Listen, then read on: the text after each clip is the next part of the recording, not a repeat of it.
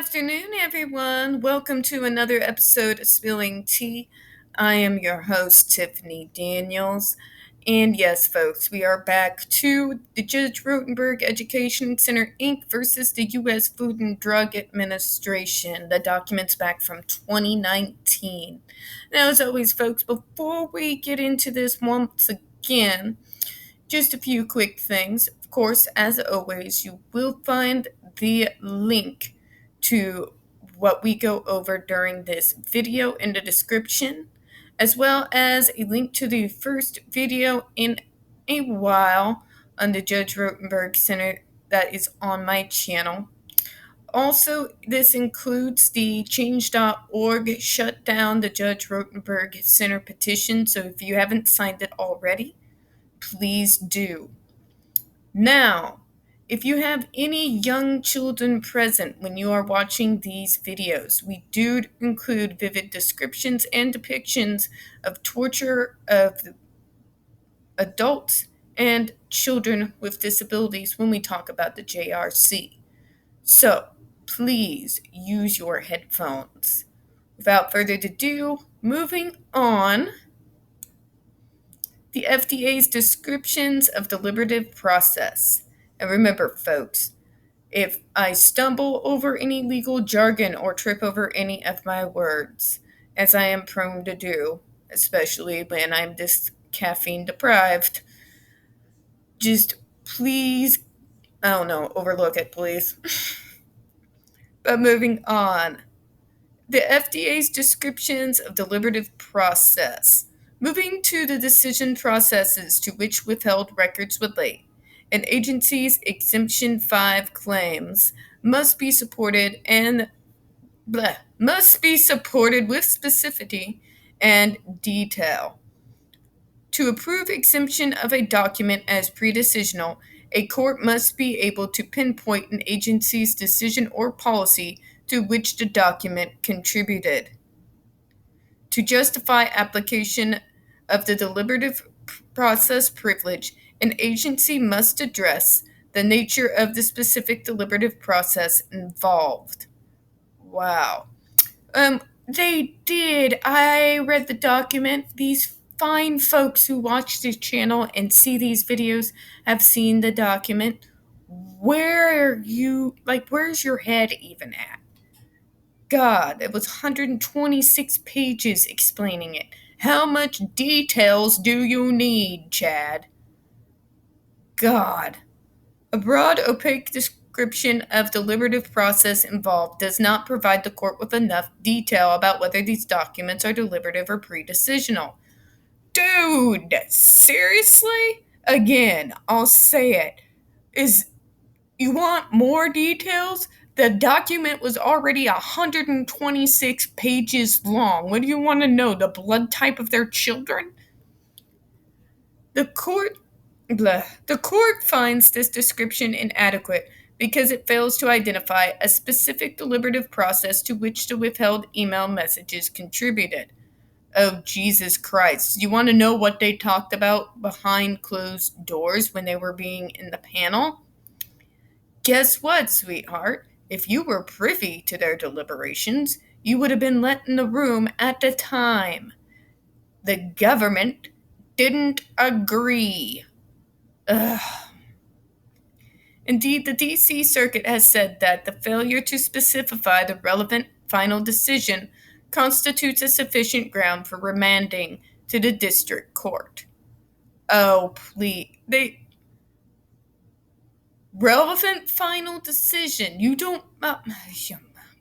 man. Oh, for love of God. 126 pages wasn't enough for you? Really?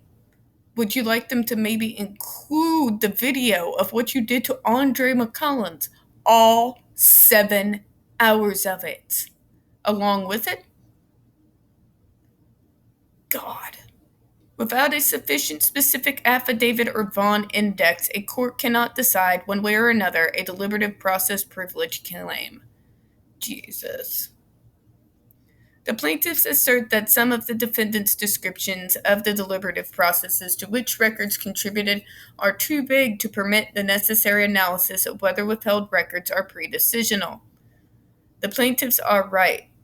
Emblematic of the problem, the Von Indice's descriptions of the deliberative processes to which records were contributed include an action being taken on electrical stimulation devices.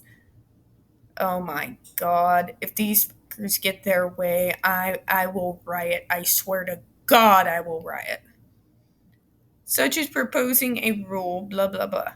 Despite regulatory action FDA is considering, despite the defendant's numerous declarations generally describing the deliberative process undertaken by various FDA, in many cases the defendants failed to link those descriptions with the entreaties on the Von Indices, thus impeding review of whether the record is in fact pre-decisional. Oh my god, okay, I just got it. So because they didn't produce the records in the style that you want to say that their ruling is invalid? Really? Is this really a legal stand you can take? What kind of world is this? Kids are being tortured, but we should undo the ban on a technicality because the data was not distributed in the way that the JRC would like. Oh my God, kill me. Nevertheless, the defendants stand by their nebulous descriptions. Nebulous my ass. They did their due diligence. I read the documents. I've been following this case a long time. Had they not done their due diligence, believe me, no matter what I think about you, JRC, I would have been 6 inches up their ass because their negligence would have screwed up everything. But they did. Okay? They did. Commenting that a government agency invoking the deliberative process privilege may rely on a relatively broad deliberative process that covers many documents if that is, in fact, the relevant process, which it was, and they did. And they also put it up for public perusal and public comment. What rock were you under, JRC? Permissive rules are needed, in the defendant's view, to encourage candid and frank exchange of ideas within agencies and to ensure agencies do not have to operate in a fishbowl. Oh my God, kill me. In any event, the defendants reject that the decisions here could have been defined any more specifically. Thank you! Highlighting entries on the second Von Index that identified deliberative processes as consideration of possible compliance measures, a possible response to immediate inquiry, or preparations for incoming inspection. Finally, the defendants assert that the reality of this case is a large volume of documents to relate to a single decision-making process, whether to issue the proposed ban. Presumptively, the defendants mean to argue that any ill-defined reference to agency action refers to the deliberations about the proposed ban. What the hell do you... Oh my God. Each of the defendants' arguments is unavailing. Really? Really? I read the document. We've all on this channel read those documents. You can't get more detailed. Oh my God. They defined, they classified, they had a freaking table of contents. I spent days reading through it. God. First, referencing entries which the deliberative process might have been described with the requisite level of detail is not a response to the inadequacy of the remaining descriptions. Inadequacy! Inadequacy! You mean because their data doesn't mesh with yours? Because the data that does is dated from 30, 40, 60 years ago. And you're telling me it should be relevant now with modern medicine. Really? Second, the defendants claim that whatever records have been connected to an identifiable decision-making process should be treated as related to deliberation about the content of the proposed ban is unacceptable. Accepting DOJ or defendant intervener's view of the deliberative process at issue would create a 4-year umbrella, effectively shielding all agency action from review without accounting for any subsidiary agency decisions. Oh, you sick sons of bitches. If agencies could shield from review thousands of agency records because a years-long rule-making was underway, the deliberative process privilege would be the exemption that ate the entire FOIA disclosure scheme. That simply will not do. Fuck you. The defendant's efforts to define the deliberative process so broadly is rejected because the withheld records may in fact pertain to a litany of subsidiary decisions that defendants fail to acknowledge. Oh my God, really? Indeed, although the agency, and not the requester, has the burden of justifying exemptions, the plaintiff supplied several possible subsidiary decisions to which the withheld records may relate. Oh, you mean like the Judge Rotenberg that let you all continue your freaking school of horrors? That guy? His records? Fuck off. The record supports the plaintiff's list, which includes, though is not limited to, decisions such as the FDA's about face as to whether the JRC was exempt from the 510K requirement. That's what you all claim happened. You all claim that the JRC was told by the FDA that they were exempt and then that they weren't. Until I see corroborative evidence, I call major bullshit. The determination that by 2010 JRC made major modifications to the original GED device. You did, fuckers! It's literally called the GED 3A and 4. You have admitted under testimony that these things were highly modified and made to cause pain. These are your own documents. You admitted that they were not approved by the FDA and you used them anyway. God, I hate these people. The decision to cancel a March 2013 meeting with the JRC's representatives, I want evidence. I want evidence of that. And the decision to seat a panel of neurological devices. Even the declarations submitted from the defendants appreciate the multitude of decisions to which agency action might refer. These include whether to propose a ban of electrical stimulation devices, discussion about how to respond to the JRC's request for a Part 16 hearing, follow-up activity following the 2014 advisory panel meeting, the status of the inspections of the JRC, the FDA's draft proposed rulemaking regarding electrical stimulation devices, and the decision to send a draft letter to the United States Special Rapporteur on Torture. Again, they did not do that. We did. We did. The FDA had nothing to do with it. They may have sent a letter afterwards to let them know that the panel hearings were going on, but we were the ones who involved the UN, okay? Take several damn seats. Without the defendants acknowledging these subsidiary decisions or tying records to those specific decision processes, the court cannot be sure that a record of related agency action or agency work on particular topics is, in fact, pre-decisional. The defendants must update their Von indices to identify with adequate specify the agency decision to which a record relates. Here we go about the freaking... Okay. The FDA's descriptions of decision-making authority. Given the volume of withheld records and length of the defendant's Von index, for clarity of analysis in any future summary judgment briefing, records may be sequentially numbered with a unique document number that would make reference to simpler and location on the bond index more easily accessible than use of only a bait stamp number, and will permit the parties and the court to appreciate the total number of disputed records at issue. For those records withheld under deliberative process privilege, the defendants may employ efficient methods of describing the decisions triggering the application of Exemption 5.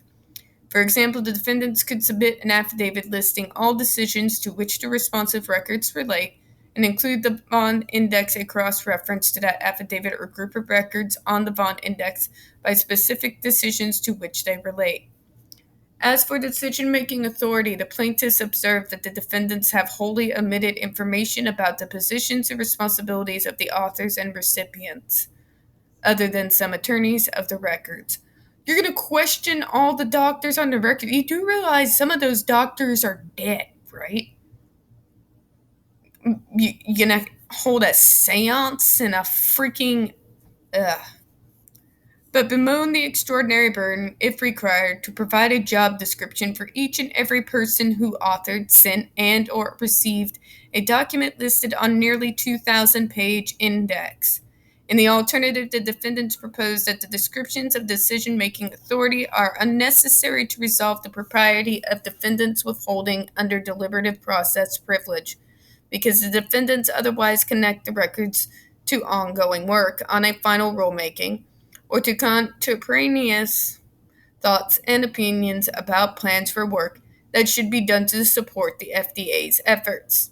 Moreover, the defendants dismiss the necessity of identifying the relationship between individuals connected to a record if the author is plainly in an advice-giving role.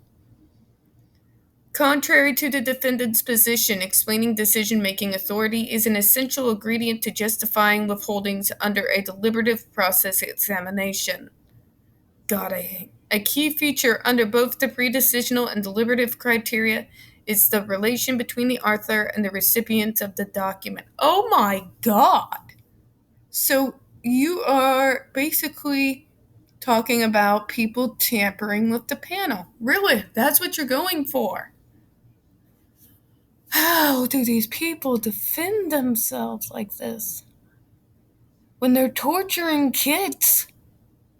And they'll do anything to keep the torture going. What is wrong with these people? A document from a junior to a senior is likely to reflect his or her own subjective opinions, will clearly have no binding effect on the recipient. Binding, God. By contrast, one moving from senior to junior is far more likely to manifest decision-making authority and to be the denouncement of the decision-making rather than part of its give and take. To establish documents do not constitute the working law of the agency. The agency must present to the court the nature of the decision-making authority vested in the office or person issuing the disputed documents, and the position in the chain of command of the parties to the documents. Oh my God. Even Judicial Watch 2, the opinion which the defendants cite as hedging on the obligation to describe decision-making authority, in the paragraph after the ones defendants quote, observed that the agency must describe the nature of decision-making authority vested in the office or person issuing the disputed documents and the positions in the chain of command of the parties to the documents. Judicial Watch 2 appreciated that in some instances a record may reflect advice-giving rather than decision-making. Oh my God. Did you really just call the FDA advice-giving rather than decision-making? You have some balls. Even if the relationship between the author and recipient of challenge records is not one of subordinate and superior officials, but did not relieve the agency of its duty to describe the chain of command. So you see what they're insinuating here through this hullabaloo, right, folks? They're insinuating that there is some kind of mass conspiracy where the FDA was getting their pockets greased, all to just bully the poor JRC and make them, who is just, horribly misunderstood and misrepresented. And like the FDA's the giant and they're freaking David. spare me. You torture kids. We've seen it in videos. We've heard testimony. We've heard eyewitness statements. We've seen it live on video. We have seen your dirty past where 6 people have died due to your cruelty. You are not anyone's hero here. And I hate to tell you this, but who's supposed to grease their palms? Us? Us in our little freaking apartments for barely their jobs where we just make enough to get by, but we're supposedly greasing the FDA? Wow. Lastly, the effort that the defendants must undertake to identify the authority of individuals attached to a given record is not as daunting as defendants fear. While the defendants express trepidation about needing to provide a job description for each and every person who authored, sent, and or received document listed on nearly 2,000-page index, thank you, which surely would be a Herculean task, yes. Reply at 11, no such undertaking is necessary. The key feature is the relation between the author and the recipients of the document. You're insinuating that there's some conspiracy. Like we're all paying for this. It's the old idea that somehow all us advocates are getting paid by Georgie Soros. Well, Georgie, if that's true, my check is about 13 years late and you owe me that many $1 million, okay? If I'm getting paid by Georgie to bring you people down, then I'm owed $13 million. Obviously, this is not a $13 million apartment. My furniture is Walmart special, okay? Go fuck yourself.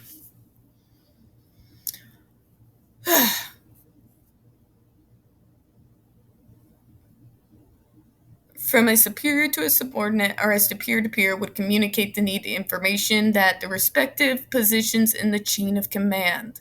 Thus, the defendant's next Devon index must explain the dynamic between the author or individual sending and the individuals receiving the withheld record at issue to meet the requirement that the record was part of the deliberative process.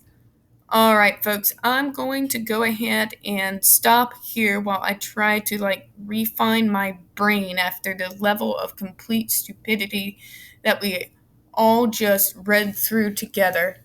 By and large, like I've stated at least a couple of times now, what they are trying to do is give this some idea of almost a conspiracy. We are greasing the palms as people who so misunderstand the poor JRC and their mission.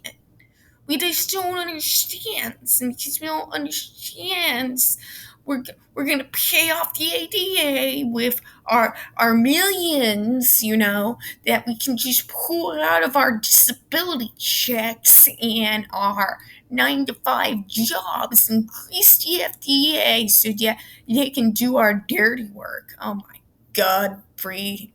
Yeah, that's what it sounds like, okay? JRC, it's not a conspiracy. You're evil bastards and the world can see it. It's not that deep. You're doing shady stuff that should be completely illegal, and you're getting away with it. And finally, this panel stepped in and dragged their feet while doing it. And yeah, that's what happened. But anyways, I'm going to end on that note, folks. As always, we don't get that very many views on this channel, especially for these videos. The few that we do tend to get removed from time to time from YouTube. So if you could, please don't forget to hit that like button, hit subscribe. Don't forget to hit the comments. I do appreciate your time this afternoon. And as always, folks, we here at Spilling Tea hope you have a good one. I'll see you disgustingly early tomorrow morning. Bye-bye.